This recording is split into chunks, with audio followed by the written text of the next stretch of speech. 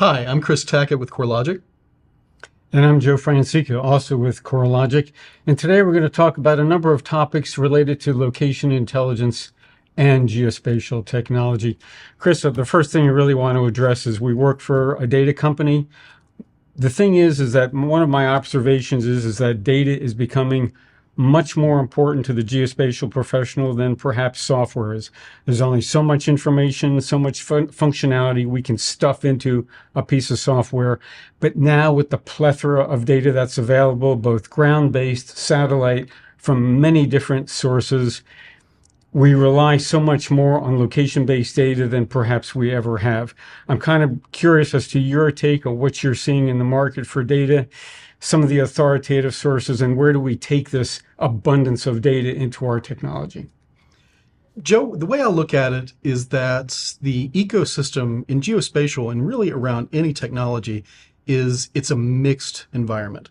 So I think of it like our atmosphere. There's oxygen that we need to survive, but there's also the carbon dioxide that plants need to survive. It's really not an either or. You need to have software to be able to create, to curate the data, but you need the data to be able to drive the insights that can be gleaned from the software. So I don't know that they're mutually exclusive.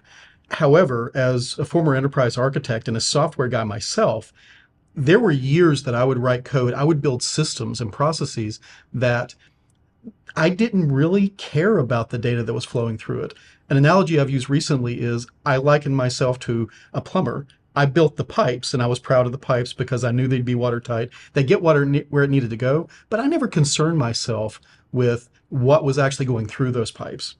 But now as a data product manager, now I look at it from the opposite direction, that what flows through the pipes is absolutely essential. So making sure that I'm getting the right flow, the right pressure, the right volume, and the right quality of what flows through those pipes is at least as important as the piping itself. So I don't look at it as either or, but from where I sit now, having the experience that I have, I believe that the data quality is paramount. Yeah, I want to go to this issue about the plethora of data that we're seeing, satellite data. We know some of the providers of digital street network data. We know that companies like Google and Microsoft have stepped into our arena, right? There is more interest in the data today. We have these things in our hands every day that is broadcasting new data, right? It's where we go. Satellites are coming at us with new and different types of imagery products. There's got to be a point at which, we look at this and go, what's authoritative? How do we use this data more effectively than maybe what we're using maybe in the past and what we've seen? The way that I look at it is it's not a new problem. From the first time that we started collecting data, understanding how to qualify that data has been a challenge. One of the things that I see with our customers and in the market is that the quality of data or the perception of the quality of that data changes based off of use cases. You mentioned satellite data. What problems are we trying to solve with that satellite imagery? And the answer to that question actually leads to a potentially different answer than another. You and I have had discussions about satellite imagery that comes to CoreLogic. What are all the different applications and use cases? And the mining of the information within that data is different based on those use cases. So what we've really done is we haven't changed the underlying problem. What we've done is we've increased our capacity to process it, which means that we've increased the volumes of data that come through, which means we have a greater responsibility for qualitative analysis at every step to verify that that data will be usable in those use cases. Yeah, that's a really excellent point. I want to just key off that topic in one particular area, and that is about the new types of users that are coming into the market. Traditionally, geospatial technology has been the purview of uses in government. Now we're seeing more people step up. We are more aware of location-based data than we have. And so we are now trying to educate an absolutely new community of users out there. People in banking, capital markets, insurance companies. Their business is not necessarily related to location-based data, but their businesses depend on location-based data more than perhaps They know. So speak a little bit to this issue of educating a new market and maybe some of the use cases that those new markets are seeing. Absolutely. We see these issues all the time where a customer will work with geospatial concepts. A good example is a retail site and their trade area analysis to determine what is the area that we think is our catchment where we're going to get the majority of our customers from. What are the underlying demographics for those customers? Or if it's B2B, what's the firmographics of the nearby companies? We see that issue so often, but they're not thinking of it in terms of geospatial. One of the things that I love that we're doing here at CoreLogic is we're undertaking the concept of location intelligence. Now, you hear that term and you think, oh, I understand what that is. But the truth of that term is we're trying to define what things around something that I care about. So again, let's talk about that retail location. What are the network effects that actually create gravity around that store, that location, that will help me understand what is the potential success or lack of success of that location? And it's not just a retail. Telecommunications, financial services. They're using geofencing to try to combat fraud. There's so many different use cases where the data that we have that's geospatially enabled actually creates insights that are derivative from just knowing I have a point here and a point here and a point here, and they interact with each other somehow, or I could get an Uber from one to the other. It's more complicated than that. I would want to know if I was that retailer or if I was in finance or any of these use cases, I would want to know how does this point affect that one and affect that one. And it becomes a multivariable math problem. And that's one of the reasons why a lot of companies look for a third party to help them understand the information that they have and apply it to their specific business case. Yeah, there's a lot to unpack there. And I want to go to the area of the nature of what these companies are using the data for. So you mentioned retailing. Obviously, a site selection is one of those big topics that even though it's been a problem that had been addressed for 30 years. We're still coming back to that same age-old application.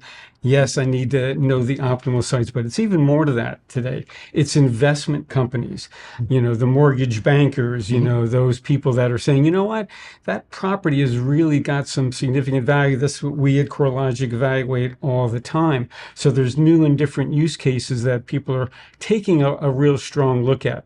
I like the example of insurance because to me, it's actually a location-based business, right? You can't underwrite a policy without location. You can't evaluate risk unless you know the risks associated with the proximity to various perils, right? What is it with relationship to crime or natural hazards?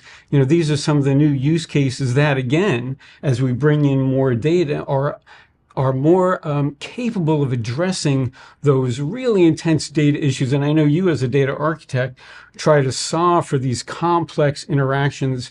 And I'd really like to know how you think we're going to be able to get at some of these more complex questions and get to the answer the where questions that we do in geospatial all the time. The where question, again, comes down to use case, but let's talk about insurance specifically, or I'm actually going to divert from that. I'm going to move one level past that and say everything that is within the real estate ecosystem, including insurance, including mortgage, including titling, including a number of different things, services that get provided, are all around that real estate, not necessarily transaction, but the real estate itself. There are so many problems that each one of them have that are niche from each other, but they also have a set of common problems that they're trying to solve. For example, we've seen before in our unit of property tool, we've seen multiple times where we see a high risk of fire on a brand new build that may not even be a wood construction, but based on its proximity to the place next to it and the fact that that property is older and it is based in wood, then there's difficulty in being able to insure something that by itself, if you look at it just in a vacuum, you would think, well, that's highly insurable. But because it's so close to something else where a fire might jump from one to the other, that becomes a problem. So to be able to solve these complex use cases, you need the kind of data, the kind of qualitatively defined data that will flow into these models that allow us to make determinations. Because if you think this is a function of revenue, then trust your instincts. Every one of these companies is trying to maximize their revenue. So they're trying to use high quality data to push into their models to be able to do that. All right, so let's go to the question of the hour, which is we can't leave this discussion without talking about artificial intelligence. So much hype around it, and if I can steal a Gartner phrase, at the peak of inflated expectations. Where is this going to impact geospatial? You mentioned a number of problems related to data. We're going to be able to have to ingest that data into certain modeling capabilities, but the answer is, will artificial intelligence allow us to get at the root cause and answers that these companies will be seeking? And more importantly, are we going to do them in a more efficient and effective manner that cuts the time?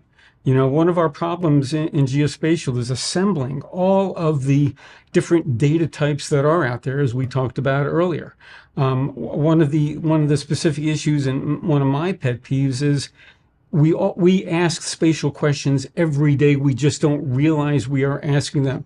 But some of these more complex spatial questions will require an incredible amount of data. Now, is AI going to help us solve some of those more complex questions and get to the answers? The quick answer is yes and no. I've always looked at AI as being a really fancy linear algebra problem.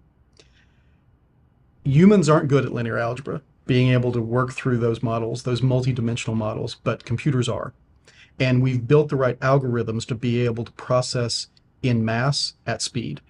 So what artificial intelligence allows us to do is find patterns that enough humans with enough time could have found for themselves, but it allows them to find them very, very quickly. So what that does for us is it enables us to find otherwise not obvious patterns and be able to apply those patterns experientially. It will speed our analyses. It will not replace them.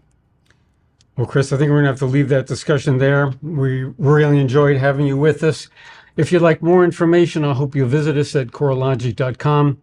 Thanks for your attention.